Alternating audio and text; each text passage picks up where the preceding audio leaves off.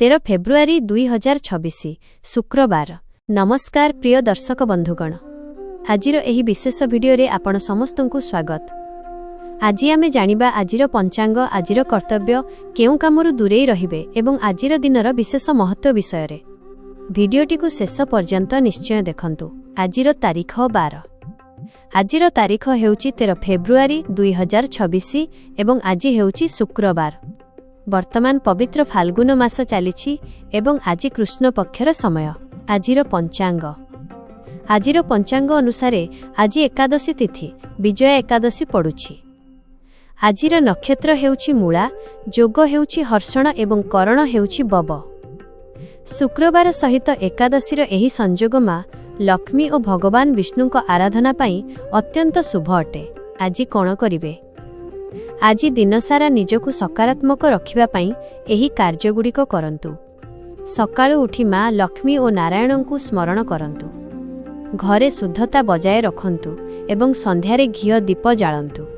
सबुबेले मीठा कथा कुहंतु एवं असहाय लोकंकु सहाय्य करंतु। आज कौन करिवे नाही?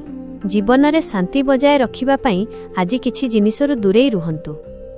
आज शुक्रवार और एकादशी होइथिबारु आमिष भोजनरु संपूर्ण दूरेई रुहंतु। घरर महिलांकु असम्मान करंतु नाही। काहार अहित चिंता करंतु नाही किंबा काहार निंदा करंतु नाही। आजिर धार्मिक महत्व और उपाय। आज विजया एकादशी होइथिबारु एहार महत्व बहुत बेसी।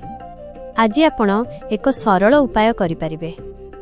आज भगवान विष्णु को हलदिया फूल अर्पण करंतु एवं ओ नमो भगवते वासुदेवाय मंत्र जप करंतु। एहा द्वारा आपणकर समस्त बाधाविघ्न दूर हेबो। आजिर जीवन शिक्षा। आजिर शिक्षा हेउची धैर्य एवं संतोष ही मनिषर सबुठारु बड़ संपत्ति। आजिर प्रेरणादायक कहानी। एठारे आपण एक छोट कहानी जोड़ी पारिबे, जथा किपरि जणे व्यक्ति निजर शांत स्वभाव जोगु बड़ विपदरु रक्षा पाइथिले। शेष अनुरोध बंधुगण, जदि आपणको आजिर एही भिडियोटी भल लागिछि तेबे गोटिए लाइक निश्चय करंतु। निज परिवार एवं सांगमानंक सह एहाकु शेयर करंतु। प्रतिदिन एहीपरि पंचांग जानिबा पई आम चैनल को सब्सक्राइब करी घंटी चिन्ह को दबाई दियंतु। धन्यवाद।